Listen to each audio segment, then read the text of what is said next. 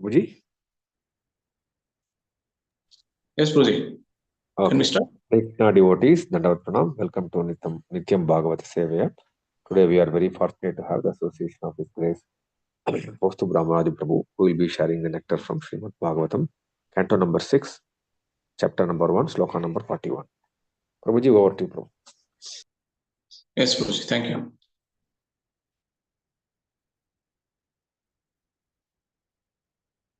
Hare Krishna. My respectful obeisances to all the devotees over here. We are discussing today from Srimad Bhagavatam, 6th canto, 1st chapter, text number 41. Om Ajnana Timirandhasya Jnananjana Shalakaya Chakshurunmilitam Yena Tasmai Shri Gurave Namaha Shri Chaitanya Manobhishtam Sthapitam Yena Bhutale Swayam Rupaha Kada Mahyam Swapadanti Tadati Swapadantikam Vandeham Shri Guru Shri Utapadakambalam Shri Gurun Vaishnavamshta Shri Gurun Vaishnavamshta Shri Rupam Sagrajatam Sahagana Raghunathanvitam Tam Sajivam Sadvaitam Savadhutam Parijana Sahitam Krishna Chaitanya Devam Shri Radha Krishna Padan Sahagana Lalita Shri Vishakhanvitamshta Nama Om Vishnupadaya Krishna Prishtaya Bhutale Srimate Bhakti Vedanta Swaminiti Namne Namaste Saraswate Deve Gauravani Pracharine Nirvishesha Shunyavadi Paschatya Deshatarine Namo Mahavadanyaya Krishna Prema Pradayate Krishnaya Krishna Chaitanya Namne Gauratvishe Namaha He Krishna Karuna Sindho Dinabandho Jagatpate Gopesha Gopika Kanta Radha Kanta Namustute Tapta Kanchana Gaurangi Radhe Vrindavaneshwari Vrishabhanusute Devi Pranamami Haripriye Vancha Kalpatarubhyashta Kripa Sindhubhya Evacha Patitanam Pavanebhyo Vaishnavebhyo Namo Namaha Shri Krishna Chaitanya Prabhu Nityananda Shri Advaita Gadadhar Shrivasadi Gaura Bhakta Vrinda Hare Krishna Krishna Krishna Hare Hare Hare Rama Rama Rama Hare Hare Om Namo Bhagavate Vasudevaya Om Namo Bhagavate Vasudevaya Om Namo Bhagavate Vasudevaya Narayanam Namaskritya Naram Chaiva Narottamam Devim Saraswatim Vyasam Tato Jayam Udirayet Nashtaprayeshu Bhadreshu Nityam Bhagavata Sevaya Bhagavatyuttama Shloke Bhaktir Bhavati Naishtiki Krishnaya Vasudevaya Devaki Nandanaya Cha Nanda Gopakumaraya Govindaya Namo Namaha. So we're discussing from Srimad Bhagavatam, 6th canto, 1st chapter, text number 41. I'm sorry, I didn't open it in my phone. Yeah. Okay, I think everybody may have the text with them. I'm not sure. I have it in my laptop, but I'm not on Zoom in laptop. I just remember now. I will just recite the text and we'll discuss. I'm sorry, I'm not able to show it over here. I will just recite the text. So this is 6th canto, 1st chapter, text number 41. Yena swadhamnyami bhavaha rajasattva tamomayaha gunanama kriya rupair vibhavyante yathatatham. Yena swadhamnyami bhavaha rajasattva tamomayaha gunanama kriya rupair vibhavyante yathatatham. Yena swadhamni ami bhavaha rajasattva tamomayaha gunanama kriya rupair vibhavyante yathatatham. So all of you have been hearing this, hearing and discussing this very beautiful section of the conversation between Yamadutas and the Vishnu Dutas. It is a very critical section in this canto, in the 6th canto, which actually describes the main subject matter of Poshanam. Poshanam means protection of devotees. So the sinful Ajamila, how he is protected by simply reciting once the offenseless name, reciting once offenselessly the name of yeah, thank you, Prabhuji. Hare Krishna. So the name of Narayana is indicated over here. So it's a very beautiful conversation. We will discuss after reading the word-to-word meaning and the purport. So Ena means by whom or by Narayana. Swadhamni, although in his own place, the spiritual world. Ami, all these. Bhavaha, manifestations, modes of material nature, passion, goodness, and ignorance. Guna, qualities. Nama, names. Kriya, activities. Rupaihi, and with forms. Vibhavyante are variously manifested. Yatha tatham, exactly to the right point. Translation and purport by Srila Prabhupada. Translation goes like this. The supreme cause of all causes, Narayana, is situated in his own abode in the spiritual world, but nevertheless he controls the entire cosmic manifestation according to the three modes of material nature, Sattva Guna, Rajo Guna, and Tamo Guna. In this way, all living entities are awarded different qualities, different names such as Brahmana, Kshatriya, and Vaishya, different duties according to the Varnashrama institution, and different forms. Thus, Narayana is the cause of the entire cosmic manifestation. Purport. The Vedas inform us. Natasya karyam karanancha vidyate natat samashta bhyatikashta drishyate parasya shaktir vividhaiva shruyate swabhaviki jnana barakriyacha. Shvetashvatara Upanishad 6.8. Narayana, the Supreme Personality of Godhead, is almighty and omnipotent. He has multifarious energies and therefore he is able to remain in his own abode and without endeavor supervise and manipulate the entire cosmic manifestation through the interaction of the three modes of material nature, namely Sattva Guna, Rajo Guna, and Tamo Guna. These interactions create different forms, bodies, activities, and changes which all occur perfectly. Because the Lord is perfect, everything works as if he were directly supervising and taking part in it. Atheistic men, however, being covered by the three modes of material nature, cannot see Narayana to be the supreme cause behind all activities. As Krishna says in the Bhagavad Gita 7:13, Tribhir gunamayair bhavair ebhis sarvam idam jagat mohitam nabhijanati mamebhya paramavyayam. Deluded by the three modes, the whole world does not know me, who am above the modes and inexhaustible. Because unintelligent agnostics are mohita, or illusioned by the three modes of material nature, they cannot understand that Narayana or Krishna is the supreme cause of all activities. As stated in Brahma Samhita 5.1, Ishvara Paramakrishnaha Satchidananda Vigraha Anadiradir Govindaha Sarvakarana Karanam. Krishna, who is known as Govinda, is the supreme controller. He has an eternal, blissful spiritual body. He is the origin of all. He has no other origin, for he is the prime cause of all causes. Thank you very much for sharing the text, Guruji. So, a very beautiful section, as we were discussing. A section which actually gives a lot of hope to all practicing devotees. Why? Because this is a section which indicates first the glories and the potency of the holy name. Second, the concern that the Lord has for even a little devotional service that any living entity, especially a practicing devotee, has rendered some time or the other in his life. We have all heard the very famous verse in the Bhagavad Gita, Neha Bhikramanashosti Pratyavayo na vidyate, Swalpamapyasya dharmasya trayate mahato bhayat. Srila Prabhupada quotes this very often to indicate how glorious the path of devotional service is and how concerned and how protective the Lord is of his devotees. Even if he had been a devotee at one point in time in his life. So we know the story of Ajamila.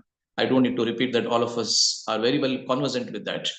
But when Ajamila was in this very, very precarious situation, a very precarious situation because he was right under the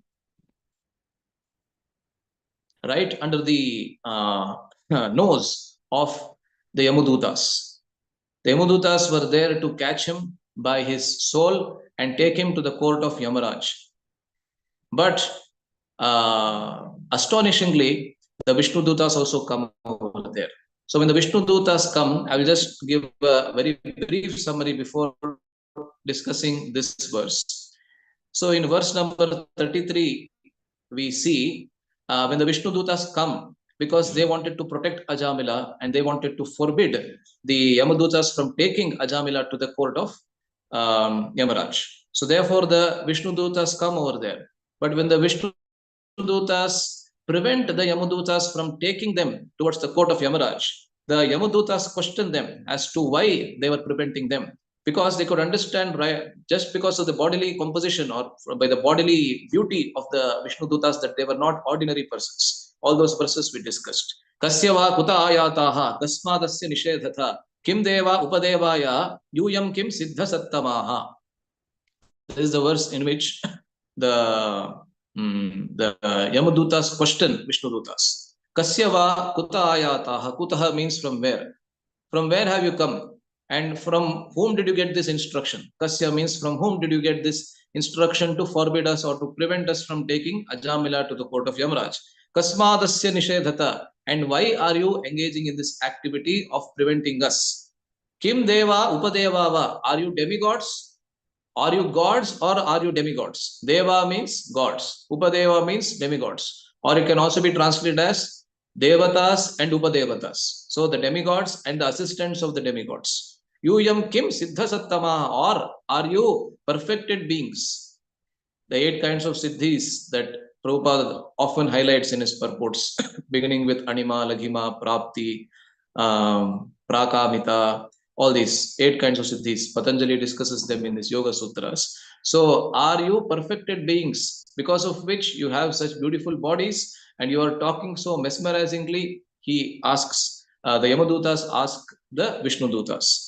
And later on, when the Vishnu Dutas have to reply, they ask many other things actually. I just highlighted one verse. But later on, when the Vishnu Dutas have to reply to this question, or rather to the questions of Yamadutas, Vishnu Dutas ask them questions in return. Yuyam vai dharmarajasya yadi nirdeshakarinaha. Because the Yamadutas introduce themselves as the messengers of Yamaraja. And Yamaraja is well known all across the universe because he is a Mahajana. He is one of the 12 preceptors of the science of devotional service. So therefore, because Yamaraja is well known and Yamadutas are his messengers, it is understood, or it is becoming of the Yamadutas that they know what dharma is and what adharma is. Yuyam vai dharmarajasya yadi nirdeshakarinaha. So now the Vishnu Dutas, instead of answering the questions of Yamadutas, they in turn ask them questions. If you yourself pose yourselves to be the messengers of Yamaraja, then Bruta, Dharmasya Nastatvam, Dharmasya Tattvam Naha Bruta. Please tell us what is the essence of religion. What are the principles of religion? And Yacha Adharmasya Lakshanam. Please also let us know what is the characteristics or what are the symptoms or principles of irreligion. Of course, there is nothing like principles of irreligion, but the symptoms of irreligion. So the principles of religion and the symptoms of irreligion. Please tell us this. And they also ask them, Katham svidhriyate dandaha kim vasya sthanam ipsitam. Who is a person worthy to be punished? Kim va asya sthanam ipsitam. Ipsitam sthanam kim. And where should one exercise punishment? Who is worthy of punishment? And under what circumstances should one exercise punishment, or should one be punished? So one thing is to know who is worthy to be punished, but under what circumstances is he worthy to be punished, right? Because even so-called criminal activity, if it is rendered under very, very exceptional circumstances, cannot be treated as a criminal activity. Even our judicial law system holds exceptions, right? Those exceptions are granted because sometimes criminal activities are also performed under very, very exceptional, or let us say crucial circumstances. So then the person who engages in that activity is not worthy to be punished. So therefore, kimba asya ipsitam sthanam dandyaha kim karinam sarve karinah sarve. Are everybody engaging in furtive activities worthy to be punished? Ahosvit katichin rinam, or only a few of them worthy to be punished? Because anybody engaging in fruitive activities is understood to be gaining punya and papa. So when he accumulates sufficient papa, is he worthy to be punished? So is everybody engaging in fruitive activities worthy to be punished, or only few of them worthy to be punished? So in response to this, the next verse, the 40th verse, is actually a landmark verse in the Srimad Bhagavatam, which the Yamadutas speak. This is not spoken by the Vishnu Dutas, but this is spoken by the Yamadutas. You have already discussed about this. Prabhupada has given many lectures on this verse. This is a landmark verse because it exactly indicates for Samanya Bhaktas, or for not even Bhakta, Samanya Jana, means to common people in this world, what is Dharma and what is Adharma. So for common people as well as sadhana bhaktas. So Rupa Goswami says that there are three types of bhakti in his Bhakti Rasamrita Sindhu, right? Sadhana bhakti, bhava bhakti, and prema bhakti. So till the time one is engaging himself in sadhana bhakti, these rules that Yamadutas have given apply to everybody except for persons in crucial circumstances like Ajamila in this case, right? So, and this is told by the Yamadutas. We should observe this point that Yamadutas are also well conversant with the principles of religion. They are not passing the buck, as they call in English. Prabhupada highlighted this. Prabhupada used to say very often in his conversations, if you read some of the room conversations of Srila Prabhupada, he used to say that when the British came to India, they started one system called passing the buck. Because till the time British came to India, there was nothing like public offices. There was nothing like this dignity of labor. There was nothing like different posts and people in different posts have to be respected differently. There was nothing like that, right? And a person, for example, let us say there's a government office where there is a second divisional assistant, there is a first division assistant, there is above them, there is a superintendent, and above them, there is, let us say, a chief engineer. In any common government office, and these kind of posts, many more will be there. Let us take only these four posts. So if a common person, a person who has some work to be done, he generally approaches the second divisional assistant, right? Because he is who is approachable. The chief engineer is not approachable to him. So a common person goes to the office, he asks the second divisional assistant. So the second divisional assistant will pass the buck. That means that he will say that I don't know about it. Please go and ask the first divisional assistant. The FDA, in turn, he will pass the buck to the superintendent, and he will pass the buck to the chief engineer. Like this will go keep on going, right? Why is that happening? Because the person, two reasons may be there. The person who is a second divisional assistant either is not trained properly as to what his portfolio is, or second reason is that he is not willing to take responsibility, right? These two reasons may be there. On the other hand, here we see Yamadutasa are questioned. They are not passing the buck to Yamaraj. He told us to catch this fellow Ajamila and bring him to his court. That's why we are doing this. You can go and ask Yamaraj. No, they are themselves well conversant with the principles of religion. Prabhupada indicated in his purport that similarly all my disciples also should read my books first before distributing the books. Otherwise, they will be in a sorry state. They are to cut a sorry face when they are asked questions on what is there within the book. And if they are asked questions, especially by somebody who's learned, for example, in the Bhagavad Gita, they will have to cut a sorry face, right? So anyway, so Yamadutas didn't pass the buck, and they told this beautiful verse to the Vishnu Dutas. What is the verse? Veda pranihito dharmaha adharmastad viparyayaha vedo narayana sakshat swayambhuriti shushruma.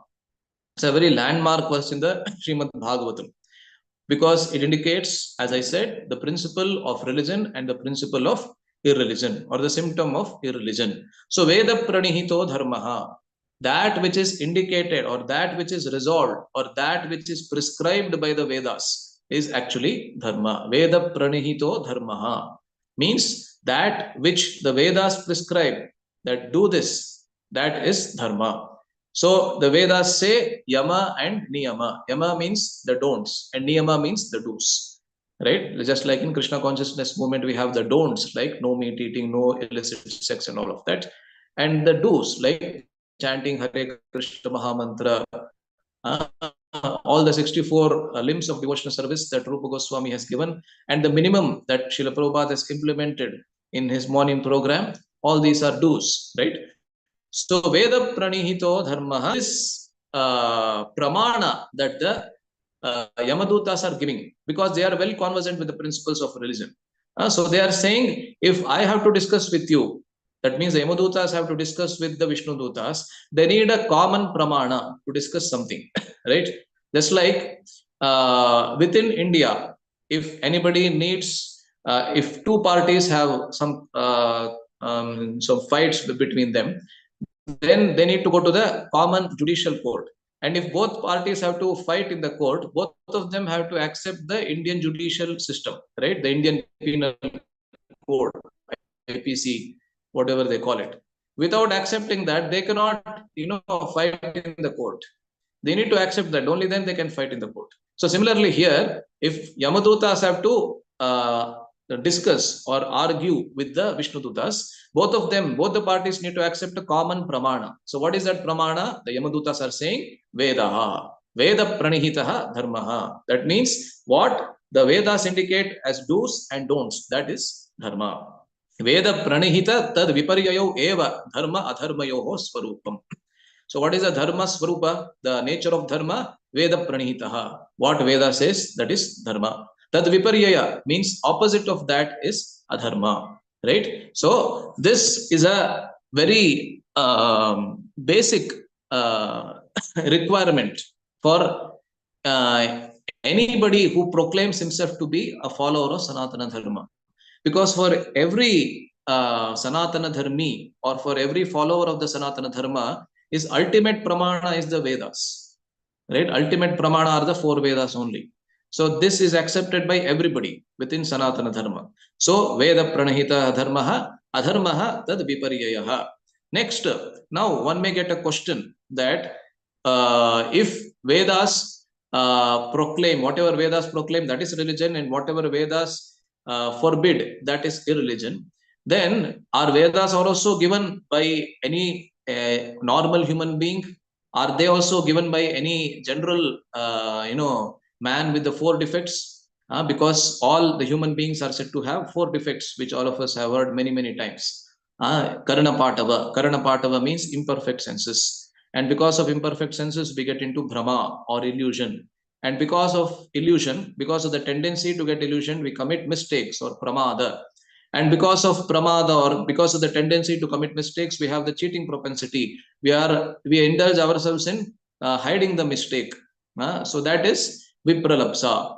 And Prabhupada says that the first three are common even between the conditioned souls and the liberated souls. But for the liberated souls, the last one is not there. Vipralapsa or the cheating propensity is not there. So now, why are the Yamadutas saying the third line over there? The third line, what do the Yamadutas say? Vedo Narayana Sakshat. That means the Vedas are not different from Narayana. The Vedas are Narayana. That's what they're saying. Right? So this is also a little confusing for us to understand in the beginning. I'm just indicating a few points over here before going to this verse. So today's verse also we'll discuss only. So why are they indicating Vedaha Narayana Sakshat? Vedaha Sakshat Narayanaha. Why?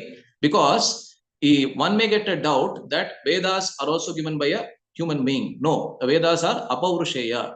Apaurusheya means they are not given by a human being who has 4 defects, right? So they are transcendental to humanity. They are coming directly from the breathing of the Supreme Lord. Sridhara Swami indicates the same thing in his commentary. He says, Asya Mahato Bhutasya Nishvasitam Etadyad Rigvedaha. This is the Upanishad Vakya. What does this indicate? This indicates that when the Lord breathes, Asya Mahato Bhutasya Nishvasitam.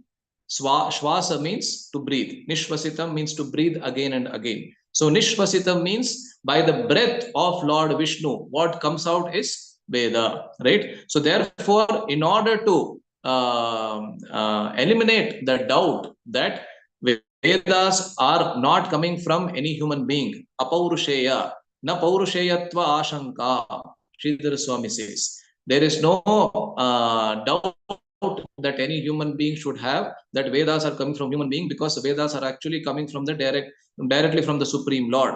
Asya Mahato Bhutasya Nishvasitam Etadyad Rigvedaha. In the Purusha Sukta also, some of you may be reciting, we say, Richas Samani Jagnire, Chandam Jagnire, Tasma Jajus Tasma Dajayata. In the Purusha Sukta, when we are offering Aradhana for the Lord, or when we are doing deity worship, when we are, especially when we are doing Salagrama Aradhana, we are supposed to recite this Purusha Sukta, which says the same thing. Rijas Samani Jagnire, the Rig Veda comes from the Supreme Lord. And then Yajus Tasma Dajayata, the Yajur Veda also, all the 4 Vedas are actually coming from the breathing of the Supreme Lord. Okay, now you may say that Vedas are coming from the Supreme Lord. But why are Yamaduta saying Vedas are the Supreme Lord himself? This is also another question that we may get, right? Oh, you said that Vedas are coming from the Supreme Lord, therefore they are Apaurusheya, that we accept. But why are the Yamaduta saying that the Vedas themselves are Narayana? Then the another commentator here, he gives a reasoning behind that. He says that as far as the Supreme Lord is concerned, cause and effect are the same. We see in this world, the cause is different from the effect everywhere within this world. Just for example, a man and woman come together, and the result or the effect of that is a baby. That baby is completely different from the man, completely different from the woman. So similarly, our body, we have our body. There is so much of obnoxious substances that is coming out of the body, but we are completely different from that. Those substances that come out of the body. What to speak of those substances? We are different from the body itself, right? So in this world, cause is completely different from the effect. But as far as the Supreme Lord is concerned, cause and effect are the same. That's what is indicated over here. Karana vachinaha narayana shabdasya karya karana yoho abhedat. Abheda means non-difference. Karya means the effect. Karana means the cause. So there is no difference between the cause and the effect. So if you take Narayana to be the cause of the Vedas and the Vedas to be the effect of Narayana's breathing, there is no difference between the cause and the effect, and therefore Narayana can be addressed as the Vedas themselves. Right? So this is what the commentator clarifies. And not just that, why are they calling the Vedas as Narayana himself? Because another reason is given over here. Karyatva prayukta anityatva shankam varayati. Just as Narayana is eternal or the Supreme Lord is eternal, similarly the Vedas are also eternal. Right? There can be no point in which the Vedas cease to be practical for a human being, or the Vedas seem to be irrelevant for a human being. No, the Vedas are eternal because they are coming from the Supreme Lord, Narayana, and because Narayana is eternal, the Vedas are also eternal. Just as Narayana is relevant for all times, the Vedas are also relevant for all times. So beautiful explanations are given behind every word that the Yamadutas are using in that verse, right? So now, and they also say Swayambhuhu. Swayambhuhu means what? One who doesn't have any birth. So the Vedas the Vedas are also called by the Yamadutas as Swayambhuhu. Why? Because they are not different from the Supreme Lord. Swayam Atmana eva adhikruta rupena eva aviplutaha. Aviplutaha means undeviated. Undeviated means the Vedas are passed from past. The Vedas stand to be relevant for all times. Purva anupurvena pradurbhavati. So Purva means the Acharya tells his disciple, means instructs his disciples in the Vedas, and that disciple in turn becomes an Acharya. He instructs his disciples. That is how the Vedic information passes out. The Vedas are passed on from generation to generation. So these are the reasons. There are many other points to be discussed, but you have already heard the last verse, so I will not discuss that one more in detail. But this is a landmark verse. This suffice to say that this is a landmark verse. That is the 40th verse is a landmark verse of the Srimad Bhagavatam, where the Yamadutas, who are very well conversant with the principles of religion, indicate what is religion and what is irreligion. Right? So now, after reading this verse, Veda pranihito dharmaha hyadharmas tad viparyayaha Vedo narayana sakshat swayambhuriti shushruma. Iti shushruma means like this we have heard. And Prabhupada takes that word also and elaborates in his commentary and in his lectures. Iti Shushruma indicates the disciplic succession. Right? So Yamadutas are not saying anything out of their own mind also. They are actually expanding on what they have heard from Yamaraj. So Iti Shushruma. So after hearing this verse or reading this verse, there is a very natural question that everybody gets. What is that question? Who is Narayana? Right? Because you are saying that the Vedas are not different from Narayana, and the Vedas, following the Vedas is religion, not following the Vedas is irreligion. So now the next question, you already answered what the Vedas are. Vedas are Narayana, you said. So next obvious question is, who is Narayana? So to indicate that, this verse is spoken, today's verse, that is 41st verse. So therefore, kaha asau idrit mahimavaniti apekshaya mahuhu. That means if the Vedas are not different from Narayana and practicing Vedas is religion, not practicing Vedas is religion, then who is that glorious personality called Narayana? Right? That is the obvious question that anybody will get. So therefore, Demadutas say the next verse. Yena svadhamyami bhavaha. Although the Supreme Lord is in his own abode, but still what comes as an effect is the entire material creation. Right? So this is discussed time and again in many of the literature. Yena svadhamni ami bhavaha. Of course, Prabhupada, let me first go to the purport. Very famous verse from the Shvetashvatara Upanishad. Natasya karyam karanam cha vidyate, natat samascha abhyadikashta drishyate. So the Supreme Lord has nothing to perform because the Supreme Lord is sitting in his own abode, and what is produced from him is all of the material creation. In the second and the third canto, all of us have studied and all of us have gone through the process of creation. In fact, in the second and the third canto, there are three different types of explanations that are given. All of them are almost the same, but slightly different of the process of creation, right? So we have studied in detail how creation actually is manifested. So one important point to be noted in that entire prakriya, at every stage of that prakriya or every stage of that process, the personal presence of the Supreme Lord was required. Right? The personal presence of Narayana was required. Without that, the next stage wouldn't have manifested. Right? So, although the Supreme Lord is sitting in his own abode, but still he acts in a different capacity when creation has to manifest.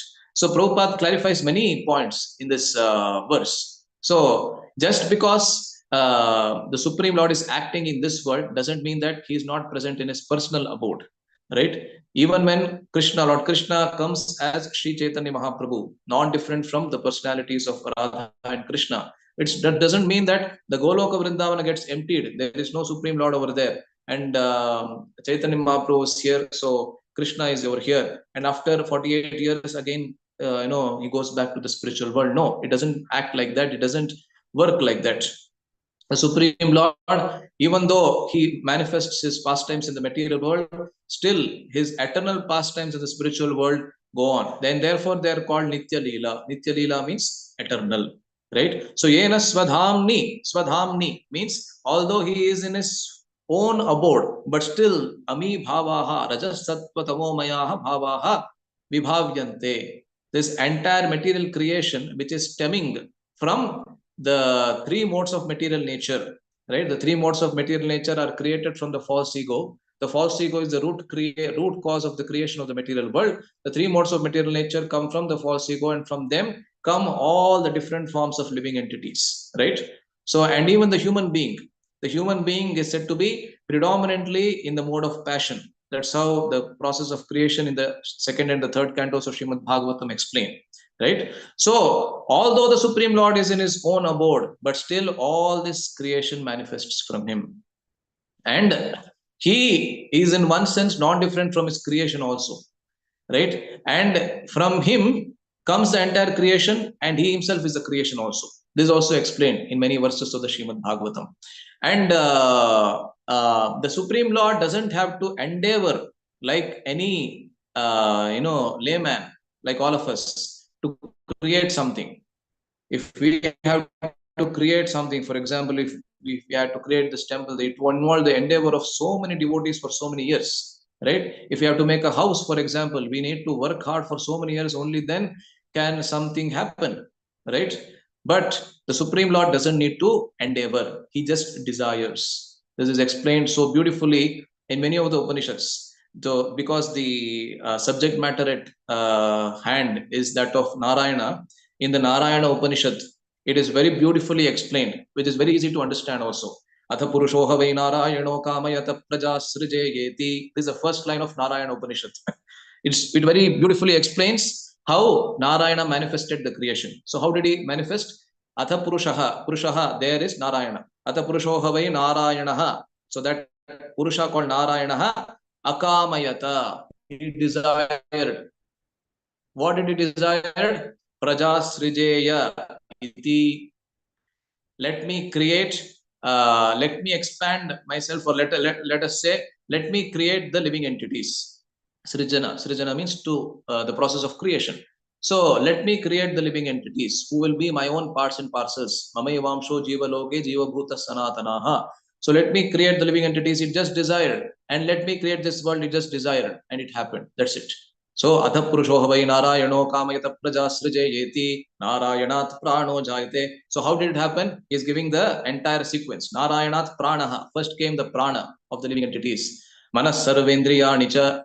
Then came the manas, or all the mind, and sarvendriyani, all the karmendriyas and the jnanendriyas, or the knowledge acquiring senses and the working senses.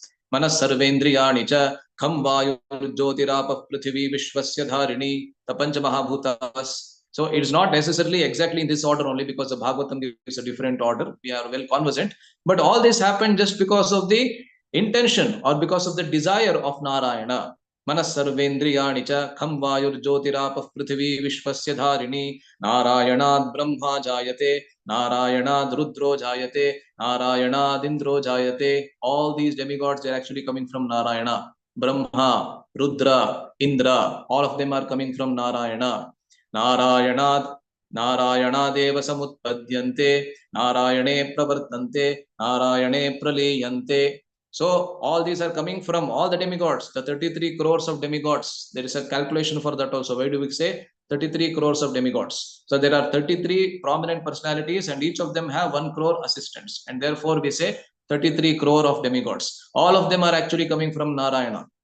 And they are functioning, they are continuing to function. Narayane pravartante.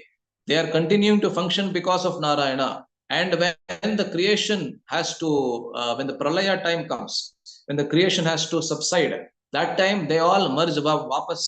They go back into Narayana only. Narayane praliyante.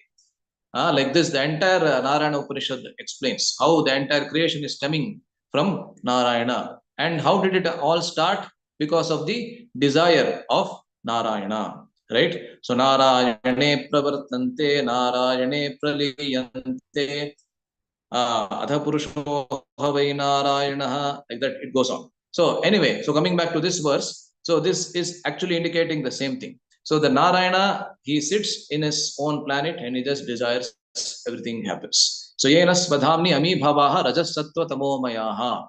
So the raja, sattva, and tamo guna. So what does these three terms indicate? It indicates the effects of these three modes, because different bodies are said to be in different modes, right? Just like I was saying that a human being is predominantly said to be in the mode of passion.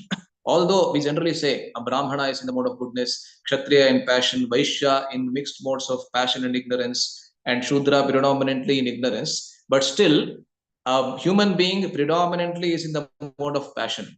Example can be given to illustrate this. Just like let us say, let me ask a question just for a change. Let us say we have different types of paratas. I heard this example for another senior devotee only. So there are different types of paratas. Let us say there is methi paratha, there is aloo paratha. I don't know the many different types, but there are different types of paratha. But in all of this, what is the common ingredient? For example, let us say between methi paratha and aloo paratha. In between these two, what is the common ingredient? Can anybody say? It's a simple question. Everybody can answer, I'm sure. So what is the common ingredient between these two? Atta. Atta. Yes. Atta. Thank you very much. The wheat is the common ingredient, right? But the distinguishing ingredient is different, right? For methi paratha, methi, and aloo paratha will be aloo. So like that only, a human being between a Brahmana and a Kshatriya, what is common is passion, actually, because the human body is made with the common ingredient of passion only.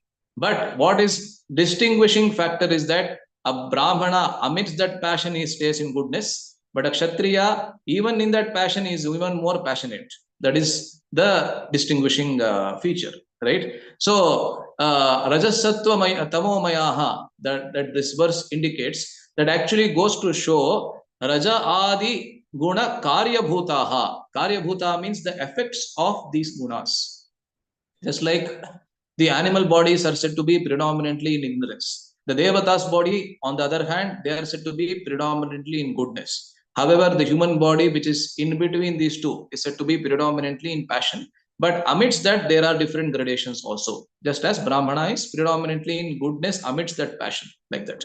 So, the Rajasattva Tamomayaha, that indicates the different kinds of bodies. So, 8,400,000 species that are there, all of them are divided, or there are different gradations amongst them only by the common factor of these three modes of material nature, right? So Prabhupada explains that 3 cross 3 is 9, 9 cross 9 is 81, like that he explains, right? So this goes on, it doesn't stop at 81 also, it goes on to manifest the different 8,400,000 species of material nature.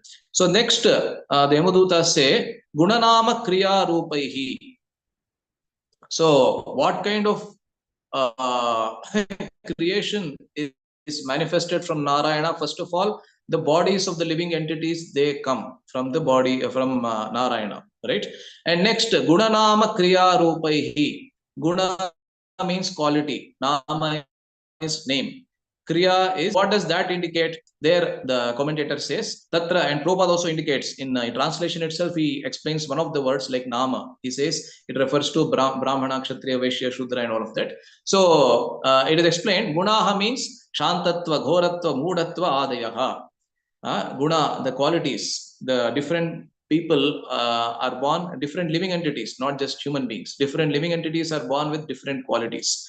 Even amongst cows, you can see those who have taken care of cows, we will surely know that it's not that all cows are completely in the mode of goodness. And if you go to milk the cows, they will give milk very nicely and very easily. You can milk the cows. No, amongst the cows also, if we have taken care of cows, we will know that there are different natures of different cows also, right? And bulls.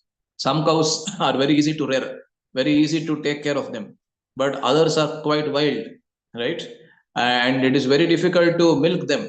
You need 3 persons minimum to milk one cow sometimes. Of course, if we don't have experience, right? So Shantatva, some human beings are very, very calm and peaceful. Ghoratva, others are, they are kind of very, very fierce and sometimes ghastly also. They exhibit ghastly behavior. Moodhatva, others are ignorant, like the animals. The Prabhupada gives an example of that sheep. The sheep which is ignorant of the fact that his turn will come next, but it is busy eating the grass, right? So that is Moodhatva. So these are the different qualities that come, and though they also come from Narayana only, right? Next, Namani. So different people are indicated with different names. So in general, Chaturvarnim Maya Srishtam Gunakarma Vibhagashaha, Krishna says in the Bhagavad Gita. So the 4 varnas and 4 ashramas are manifested, and people are addressed with these names in the Vedic system. Today it may not be the case, but in the Vedic system, it used to be the case that people are addressed according to the varnashrama system. So there may be a Brahmana who is engaged in Patan Patana, Yajanyajana, Dana Pratigraha. There may be Kshatriya who is doing other things, Shauryam, Tejo, Dhritir, Daksham, as Bhagavad Gita says. So different people according to their guna, karma, and birth also. Sometimes the most prominent indicator of guna and karma may be birth as well. So we cannot discount the factor of birth. Also, Prabhupada says that Varnashrama is not decided by birth. It actually means that it is not decided by birth alone, right? So a person born in a Brahmana family, if he is doing a Shudra work, then he has to be called a Shudra. But that doesn't discount the fact that a person, just because he is born in a Brahmana family, he cannot be considered Brahmana at all, right? He surely has a lot of the samskaras that the parents give. That just like we have seen in many cases in the Bhagavatam also. In the Jada Bharat section also we have seen, when in the third birth, when Bharata Maharaj is Brahmana, he was trying to give all kinds of samskaras to Jada but Jada willingly think that he will get himself entangled. He was not accepting them, right? So Namani indicates the Varnashrama system. Then Kriyaha, what are the kriyas that are supposed to be done, especially by human beings? Adhyayana, Adhyapana, Yajna, Anushtana, Adayaha. So these kriya are given by this commentator in general for a Brahmana. So a Brahmana, what is supposed to do? Adhyayana. First of all, he is supposed to study the Vedic literature scrutinizingly. And then Adhyapana. Adhyapana means to make others study, means to teach. So Yajana, Yajana, Dana, Pratigraha. So Patana, Patana, the first one. Patana means to study. Patana means to make others study, means to teach, right? So a Brahmana, the more he teaches, the more he should preach also. Otherwise, whatever he teaches will become kind of an obstacle to his own advancement. This is also explained. And a very beautiful example is given. I heard this example also from another very senior person. He was saying that he has he used to, he's not no more in this world now, but when he used to stay in Melkote, he had a few cows in his house. So when we used to see his person milking the cows, he used to tell us that just suppose that you have fed a lot of grass to a cow the previous night, and today morning you don't milk the cow. You know what will happen till the afternoon? Anybody wants to guess what will happen to the cow? So the cow has produced a lot of milk, but you have not milked the cow. So what will happen by the afternoon? And you have not even let the calf drink the milk. So you forgot, let us say, by some chance you forgot. So what will happen by the afternoon? Anybody wants to guess what will happen? Cow will go through the pain, Prabhuji, if it is not. Yes. Yeah, perfect. I think Prabhuji has experience of that also. I didn't know that before he told me. So the cow will experience pain because that the milk bag will be full and that has to be taken out, right? So similarly, he gave the example that a Brahmana studying is like that cow being fed that grass. And after studying, one is supposed to let that knowledge out to others. The milk which the cow gives is like the realization of the Brahmana, or let us say the reflections of the Brahmana, or the person who is supposed to study the scriptures. He is supposed to give it out to the society as well. If he does not do that, then it is just like the unmilked cow will experience pain. Similarly, the knowledge of the Brahmana, if it is not given out, then it will be kind of an obstacle to his own advancement. He will, he will engage in wrong activities and justify that with the knowledge that he has. Like this, he was saying to us. So therefore, Adhyayana, Adhyapana, Yajna, Anushtana, all these are activities of the Brahmanas, right? They are supposed to conduct sacrifices for the people in general, for the good of the people in general. Of course, in this day and age, because of the absence of qualified Brahmanas, Prabhupada says that the best sacrifice is the chanting of the holy names. So all this is supposed to be done by the leaders of the society. And next, finally, Rupa, Rupani. So that the verse indicates Guna Nama Kriya Rupaihi. So that Rupa, what is the Rupa that manifests from the creation of Narayana? Dvihasta, Dvipat, Chatushpat, Adini. So Dvihasta means two hands, two-handed forms. That is referring to the human beings. Dvipata, some living entities have only two legs, and the other living entities have Chatushpada, right? So therefore, when we say the Shanti mantra, when we say Shanti mantra, we say that let good come upon all two-handed, two-legged, and four-legged human beings as well. Shanno, what is that?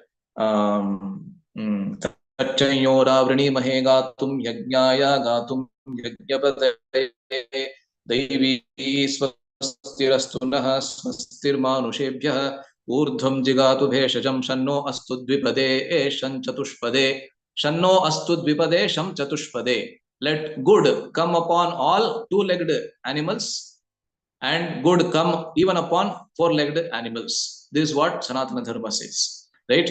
We are not even narrow-minded to say that let good come upon only human beings. No, upon all living entities, right? So Dvihasta, Dvipat, Chatushpadadini. So these are the different rupas that also manifest because of the desire of Narayana. So the entire creation, Vibhavyante means Virachyante. Rachana means the process of creation. So the entire creation manifests from Narayana. And how does it manifest? By the desire, by just the desire of Narayana, it manifests. So Narayana doesn't have to do any hard work. He just needs to desire.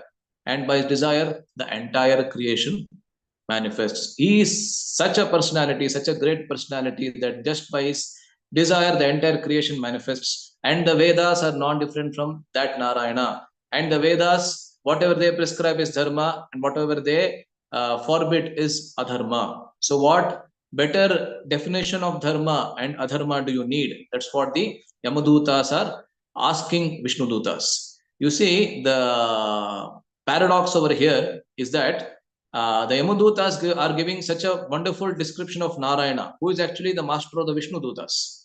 Correct, no? Narayana or Vishnu is the master of the Vishnu Dutas, but the Yamadutas are themselves giving such a wonderful description of Narayana that he is the person from the breathing of whom the entire Vedas manifest, by desiring, by whose desire the entire creation manifests. Such an exalted personality is Narayana, who is your master.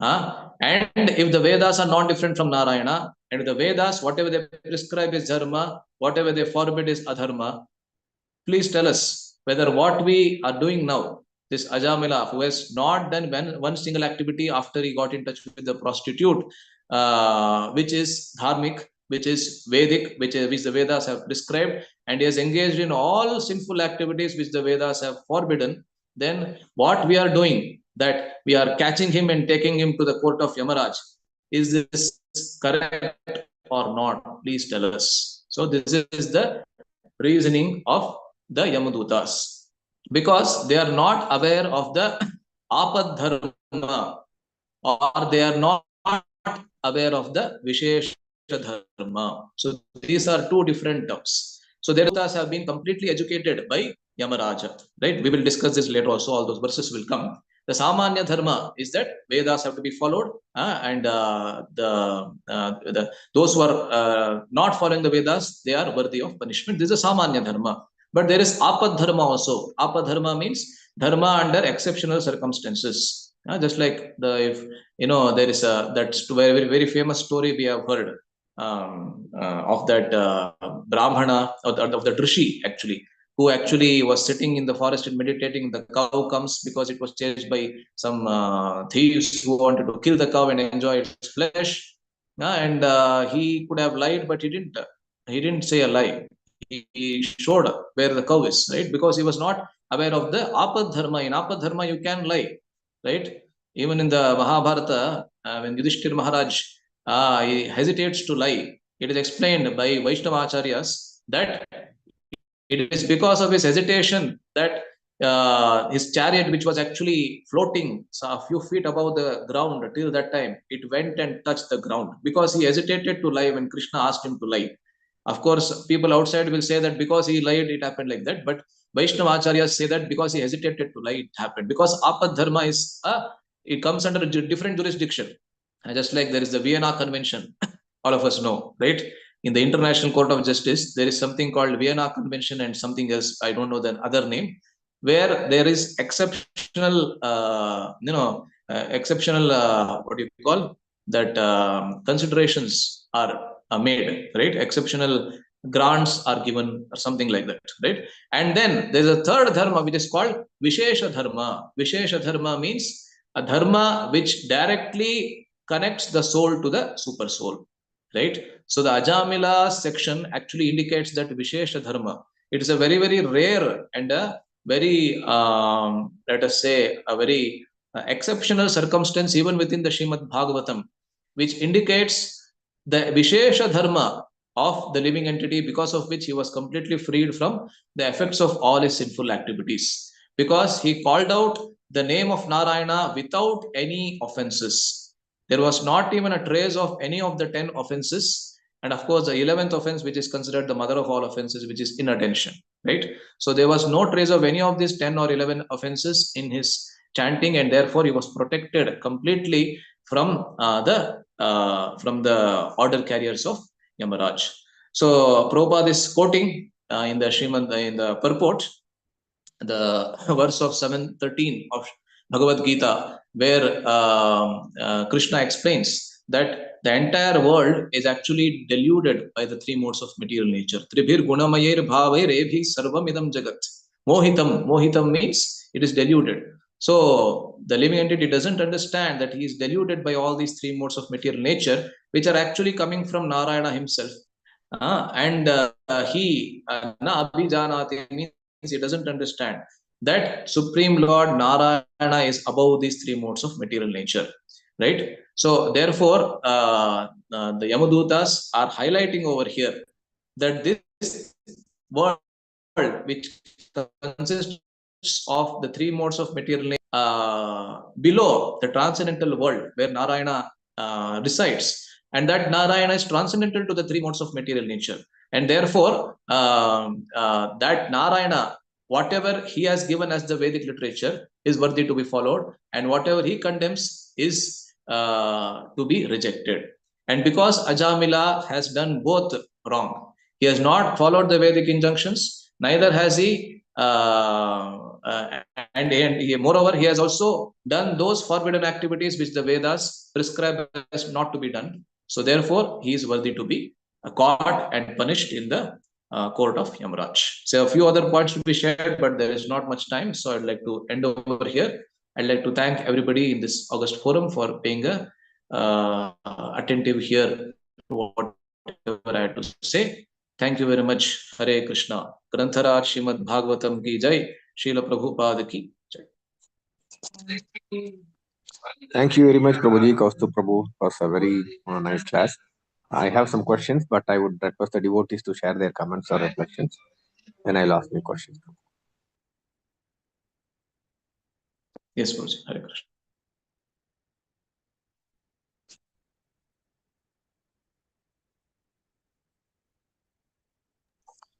The devotees may please unmute the mic.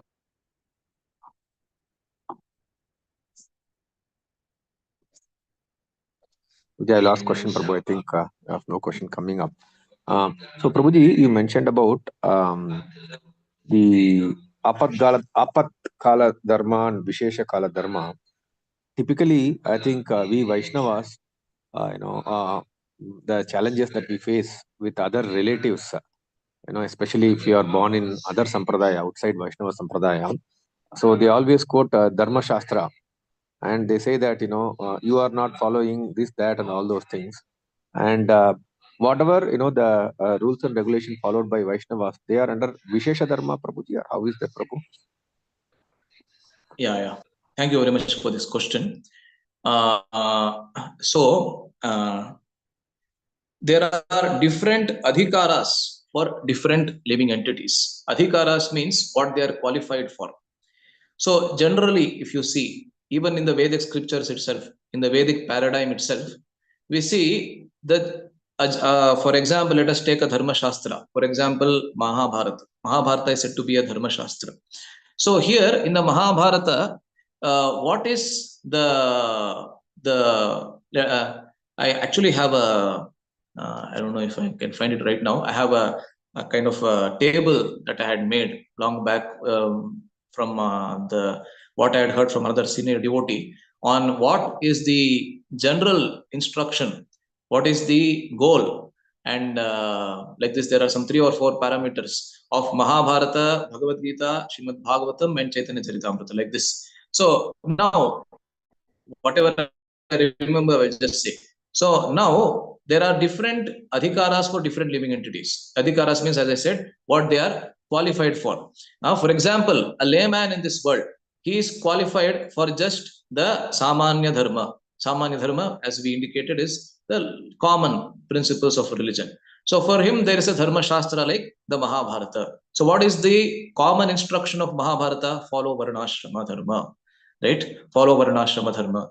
And what is the goal? If you follow Varnashrama Dharma, where will you go? You will go to the heavenly planetary systems. That is what is indicated as the goal, as the destination of even the Pandavas in the Mahabharata. You may have heard, right?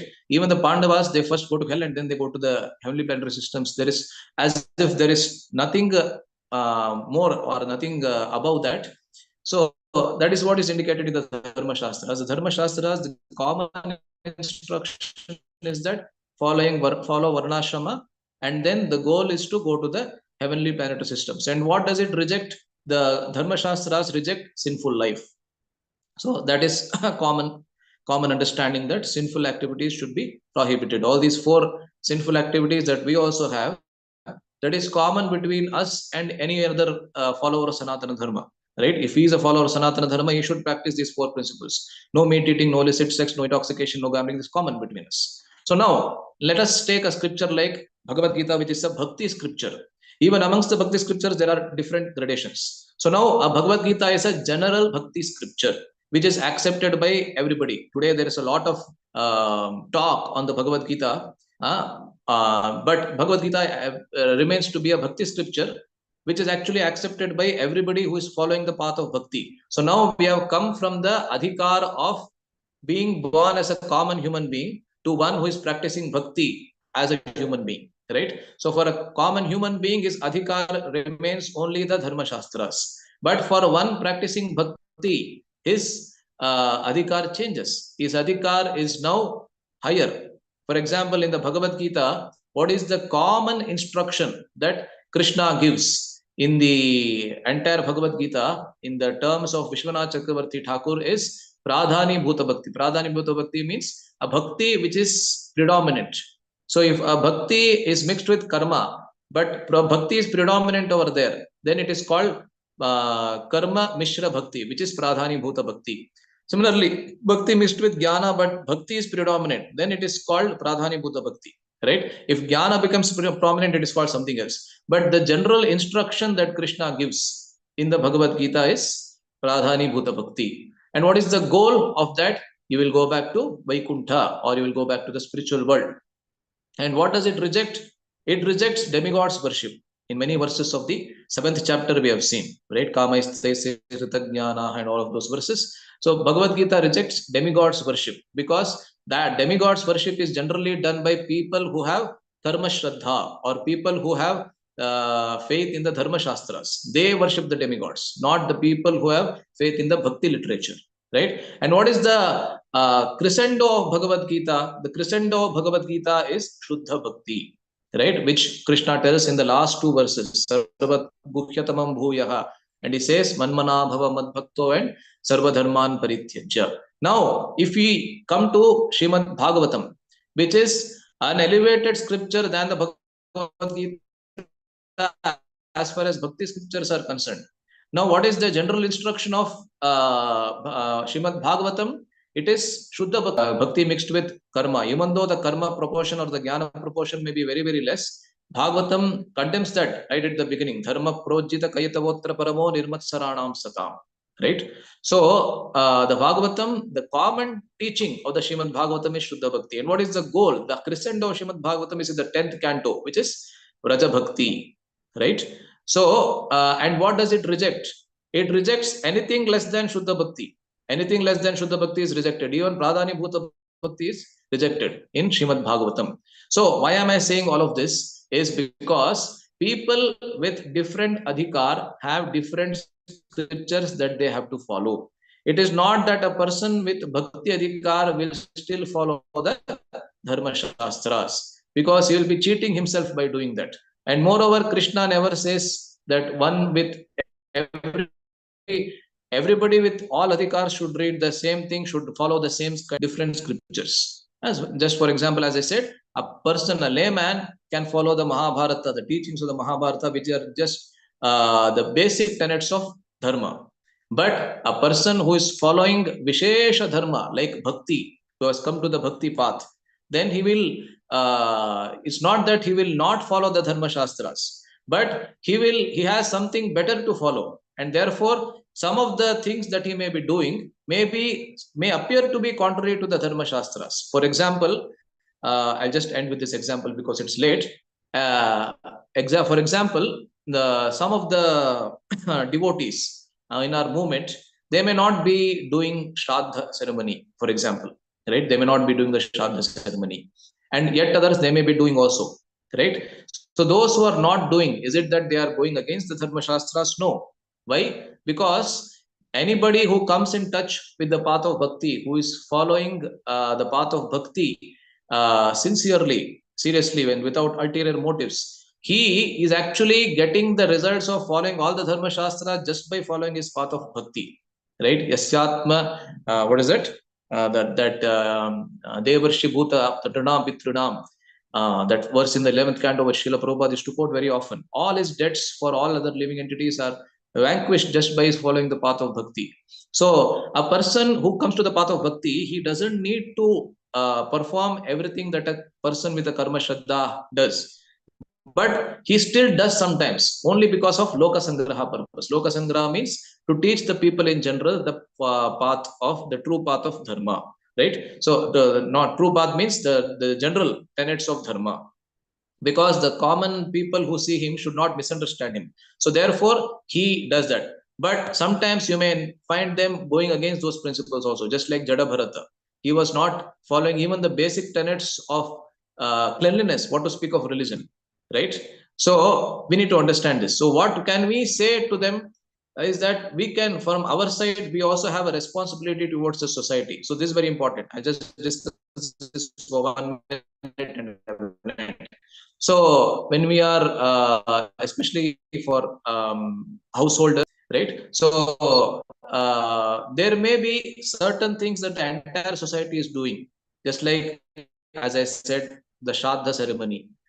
So although we have complete faith in the path of bhakti, we know that by just rendering bhakti, everybody is taken care of. Even my forefathers is taken care of. I don't need to do the Shraddha ceremony. Even without that, it is taken care. But still, to set an example in the society, because society should not perceive us as escapists or something like that, it is better to engage in that activity. The common standards that the society has framed, at least. But our faith should remain in the process of bhakti and not in the process of karma or jnana, right? Or in the dharma shastras, right? So the basic things like this shraddha ceremony or the namakarna, all of that should be performed by devotees also, just so that they don't set a bad example for the society. But within their hearts, they should be completely clear that my faith is completely in the path of bhakti. So there can be an elaborate answer given for this, but in the interest of time, I'm stopping out here. Thank you very much, Prabhuji, for the question. Hare Krishna. So can we end over here? Thank you, Prabhuji. Thank you very much, Prabhuji. Yes, Prabhuji. Can end with Vaishnava Pram. Mancha Kalpatarubhyasya Kripasya Patitanam Pavanabhyo Vaishnavebhyo. Srimad Bhagavatam ki jai, Jagat Guru Srila Prabhupada ki jai. Thank you very much, Prabhuji, for the wonderful. Hare Krishna devotees, please look for the announcement about tomorrow's special class. There may be a special class in the temple at 8 o'clock. Otherwise, we will continue with the regular program. Please look for the announcement from the temple. Thank you. Thank you, Prabhu. Hare Krishna. Hare Krishna.